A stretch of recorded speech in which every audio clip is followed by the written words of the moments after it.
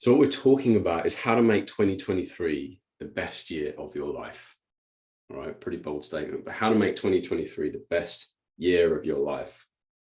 And I've broken this down into kind of 3 steps for you. And we're going to go through each step. And in each step, there's something for you to take away, to practice. So I really want you to listen, to reflect on your own life, because I'm going to share a couple of stories with you for context, and use those stories to slow down and look at your own life, right? To reflect on what's going on for you. So how to live the best year of your life, right? In 2023. And we're going to be talking in terms of you getting what you want. Okay. The theme is you getting what you want, your goals, your desires, your dreams, your aspirations. As I like to share with people, that for me, what we want is a huge part of who we are. It's what makes us unique. It's what has us show up to life. For me, part of it is our birthright. It's why we're here, right? It's why it's so important to have what you want. When we're talking about what you really want, not just what you think you want. Important distinction. So step 1, what has held you back up until now? So for most people, when I speak to them, especially in those initial stages of coaching, or just people who I bump into and I'm having conversation with, one of the things often that occurs is that they've had the same goal for some time and it hasn't quite come alive yet, hasn't come to fruition. They haven't quite created it yet, which is okay, right? It's all part and parcel of the journey, no judgment on that. But we want to have an understanding of, and in step 1, we're going to talk about what has held you back up until now. All right. So I'm going to give you some live example, and this example is something that actually a client brought to the conversation that we were having. And one of the things she wanted was as part of what she wanted was to be more active. It was to get more exercise. She realized that for health reasons, for her goals, that there was just not enough exercise in her life. And really and practically, the only way that she could get exercise in and get training in was in the morning. This person's a busy entrepreneur, business owner. And really for her, the time that she knew that she wanted to exercise, that she got the most out of it, was in the morning. It sets herself up for the day and it has her wanting to do it, which is always the best way to do something when we want to do it, because we're more likely to do it, right? But what she said to me was, "Oh, Sam, my husband doesn't like it when I work out in the morning, and other people need me, right? The kids need me, things need doing, things need prepping." Ironically, her husband went out and did some exercise, but she didn't, because my husband doesn't like it. And so what would occur when I said to her, "What is it? Why hasn't this occurred for you up until now?" She shared that with me. And I was like, great, right? It's good to acknowledge that. It's good to acknowledge what you think is in the way.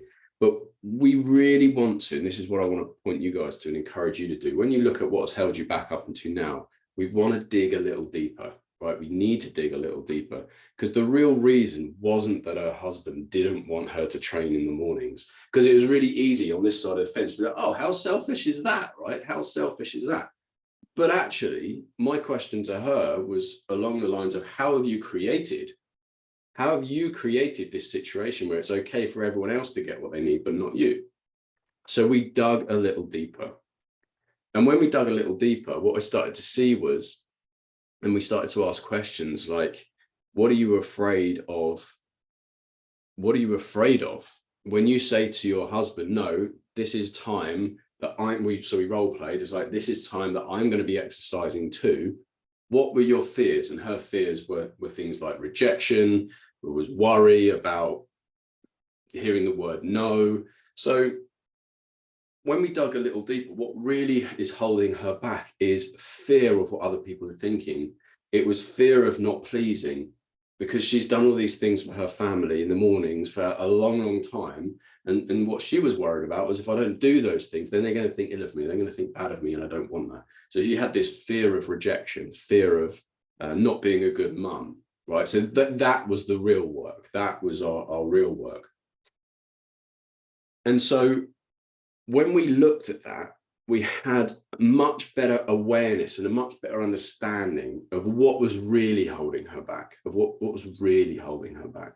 So we entered the conversation of what needs to be different, what really needs to be different. And we'll come back, we're going to kind of circle back to this, but what really needed to be different for her is that she needed to learn and create for herself a way of speaking up, of saying what she wants, of sharing what she wants. And when we were role playing and we were talking about it, what started to become obvious is her family don't understand the importance of this for her. They don't understand the importance of this for her. And when they understand the importance of this for her, there's a more of a chance that they're going to support her. They're going to understand. But what was happening was she was kind of dipping her toe in the water and then pulling out from that because it was like, no, I can't do this. It's too scary. So what we did on our work was on, okay, let's get you having agreements with your family. Well, this is what the conclusion we both came to. What agreements do you need to have with your family? What do you require from them so that you can have what you want and they can have what they want? Because probably the biggest challenge I see with people when other people are involved is that they're afraid of not getting what they want. It's like, so a husband is like, well, I need my exercise in the morning. I've been doing it for a long time and I'm afraid of giving it up. So then it's looking at, okay, so how can we do this in a way that we both have what we want, right? So we talked about that as well. From that conversation, we had clear action steps as to what to do next. And my client was far more free to go into conversation, to share what she wanted, to acknowledge that there's fear there, but to really and truly do the work that was actually there. Do the work that was actually there. What was holding her back? And what was really holding her back was fear of what other people were thinking, not being a good mum, not providing for her kids, because that was the identity that she created, even though they're growing up now. It's like, I have to do this for my children. It's like, well, at some point, she started to notice, oh, they could do this for themselves. They don't actually need me to do this anymore.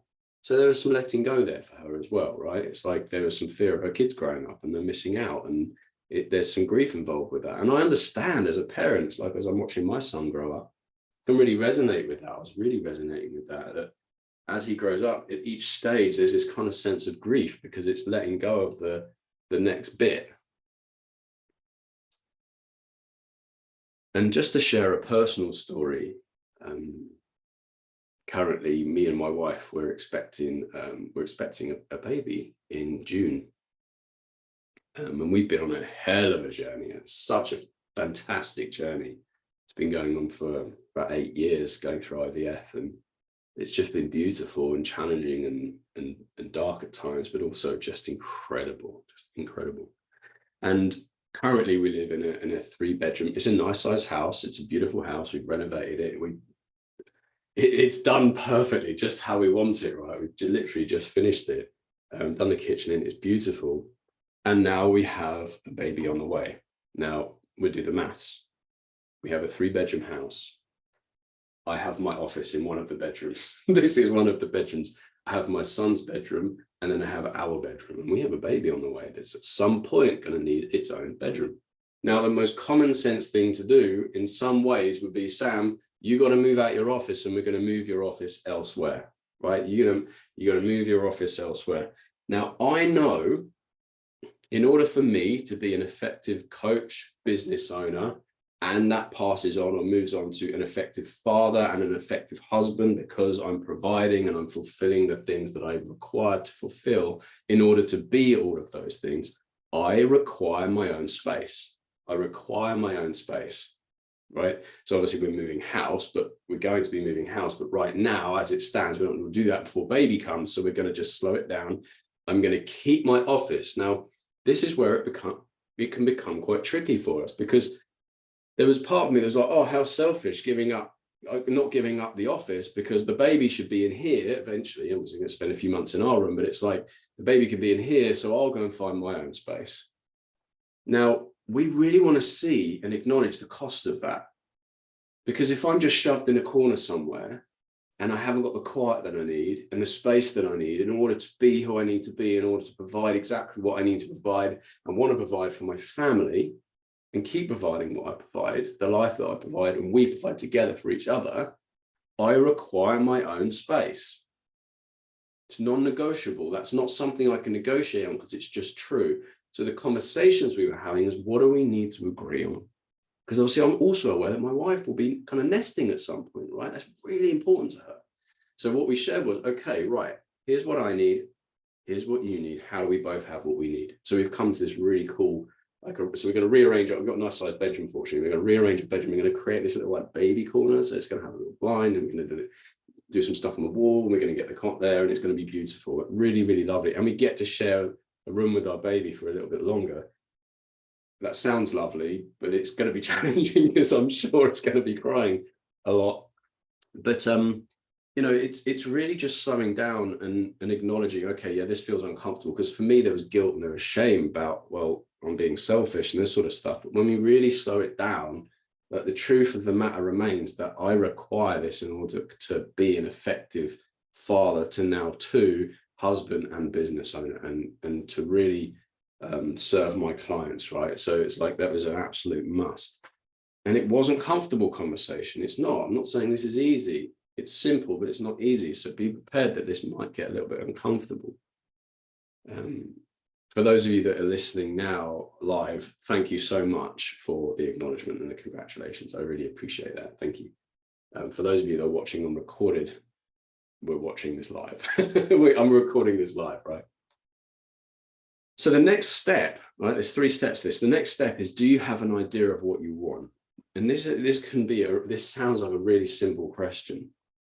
But do you have an idea of what you want? Now, when I say to somebody, okay, what are your goals? What it is you want? Normally they can just like reel it off, right? They can just reel it off. Here's what I want. And actually, I've got an initial conversation. I've got two new potential clients this week. One of the first questions I'll ask them is, what is it that you want? What do you want to create? What do you want to be different? So we know what we're working on. We create a project. And most people can just kind of reel it off. It's like, yeah, I want this, I want this, I want this. And that's normally where it ends. But that's really the tip of the iceberg. That's the tip of the iceberg. And I really learned this for myself, right? So one of the things that I wanted was my business. And I want my office in the garden. And I'm really clear, right? This is really specific for me, which is part of the reason we're moving house, to get a bigger garden. I want my garden in the office. In part of it, I'm going to have a little outdoor space with a seating area, a relaxing area, possibly something I can sit in, like a jacuzzi. In the office section, I've got a little kitchen and I've got a lounge area, and then I've got my office and a shower room. It's like, it's really clear to me that that's what I'm creating. I know exactly what the house is going to look. Well, I have an idea of what the house is going to look like. We know what kind of areas we want to be looking in, know how much money I'm going to be making. We know what kind of like the schools and what we're going to do at weekends. And we've got really super clear, at least I've got really super clear on the vision that I'm creating for my life. Now, here's the difference, right? So normally, be like, yeah, I want this, and this. And then I'd go off and do the actions. And that's okay, but things can get quite challenging because it gets tough. It's challenging, right? When we create what we want, there are challenges. It's challenging. It's hard sometimes. So what I've done and what I do often is, I don't know if I can actually share it with you here. For those of you that are listening to this on my podcast, I apologize. But what I'm doing is I'm showing my vision, right? So you guys can see, I'm going to show all of it, but this is my vision. I've got the idea of the houses that we're looking for. I love going out for pub lunches during the weeks. One of my favorite things. I've got exactly how much I'm going to be earning, which is similar to what I'm earning now, just a little more. I'm going to be walking, do lots of stuff with friends, and I've got images. So for me, images are really important. And I've got loads of cool things that really signify taking my wife out for really beautiful lunches and dinners where we can just really indulge in time together. Who am I doing it for and why? And the reasons that I'm doing it for that I hadn't even thought about, like leadership for my son, so he can see that, you know, there are options in life, that you can create whatever you want, that, you know, all kinds of things, right? So time to play on my Xbox. Like, it's really important to me to go and do some gaming. I've got a huge imagination and it needs like some acknowledgement. I like to sleep during the day and I've got my office there. So I've got all of the stuff on here and I revisit this often. And the reason I'm sharing that with you is because I have a real emotional bond to my vision. I have a real emotional bond to my vision. So this vision isn't something that I'm going for. It's something that I'm living in now. It's present in everything that I do. Whenever I'm scared about creating a new client or putting up my fees, my vision is the foundation of everything that I'm doing. It's part of who I'm being, right? It's not just something that I'm doing. I'll get back to my notes. Not just something I'm doing. So I'm really clear on what it is that I'm creating. It's not even just an idea. It is part of me. It is part of me. And I want to invite you guys to do the same sort of thing. So really simply create some kind of vision. You can write it, you can do images, you can draw, like whatever connects with you the most. Most important thing is it means something. There's an emotional connection to it. And revisit it often. Revisit it often. Have it be the thing that drives your day. Most of the time, right, here's what happens often. We get up in the morning, programming begins, and we bring whatever happened the day before into this day, and that's what has our day. That's what starts our day. What I encourage you to do is at the beginning of each day, revisit your vision, remind yourself of the emotional connection and why you're creating what you're creating and why it's so important. And you're far more likely to create it because you're connected to it, it's in your mind. Otherwise, what happens, it goes to the back of your mind and it becomes something to your mind and to your intention that you might do one day potentially. Whereas it's like it's at the forefront of your mind, it's something I'm living, it's something I'm doing, and it is the forefront of everything that I say I'll do or not do. So get a vision, right? Get a vision. Do you know what you're doing? Have an idea of what you want. Now, step 3. It's kind of circling right back. I did this deliberately. This is circling right back to what we were talking about on step 1. Do the work that allows for the work. Do the work that allows for the work. And I'll give you some examples. So going back to the person who said to me, my husband doesn't like me exercising in the morning, right? We all have, when we have our vision, we have our goal, it then makes sense, it's natural to create some actions based on that goal, right? So it's like, quite simply, for this person, it was like, my actions are to get exercising in the morning. And there were other things that came with that. So getting up early, make sure I'm hydrated, prepared the night before, so on and so forth. All things that she was dealing with, not stuff that I really get involved with, but that was there. But there is a step before those things that needs to occur so that those things can occur. Because we do this often. I see it all the time in my clients. I see it in myself. Oh, I'm going to go to the gym tomorrow. I'm going to go to the gym tomorrow, and I won't. And historically, this is what happened. I'm going to go to the gym in the morning. I won't prepare the night before. I won't set my alarm. I won't get up early. I won't tell my wife. So she's got a massive surprise in the morning when she's like, "Oh my God, Sam, you're going to the gym. Well, I need to do this, and I'm going out afterwards. I'm going to the supermarket, and I've got to take Albert to school." And it's like, oh, okay. So what I didn't do was the work that allows for the work. So creating agreements, being clear, communicating, preparing, making sure that it is an actual thing that I'm going to do. I'm being who I need to be in order for the work to occur, right? So that's a super important part of this.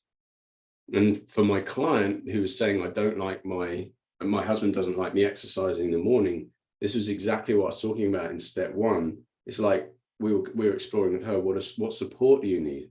What do you need to communicate? What do you need to agree on? What needs to occur? Everything in minute detail, what needs to occur so that you can do the work? And as part of that, there were some outward actions. So speaking to family, speaking to her children, giving them context so they can understand why it's important for her, but also inward work. For her, when she first gets up in the morning and all that conditioning comes in, her habit was to press snooze. So she's identified with someone who's not comfortable with discomfort. So for us, and our work was on having her re-identify with her own discomfort, which we've done. She gets up in the morning, she does her exercise, she goes to work. So that's the work that allows for the work. It's the thing really that we miss, I think. If anyone says to me, "Hey, Sam, I want to create this." Great, I love that. One of the most exciting things to me when someone says, "Sam, help me create this thing." It's why we always end up creating it, because there's nothing actually in the way, because we take away all the barriers to it, right? And introduce all of the, don't I say solutions, but all the things that have it be created. Are they becoming the person that they're required to be? Are you becoming the person that you're required to be? And are you taking the actions that you're required to take in order to have what you want? Are you doing the work that allows for the work? So that's step 3. And that brings us to the end of this talk.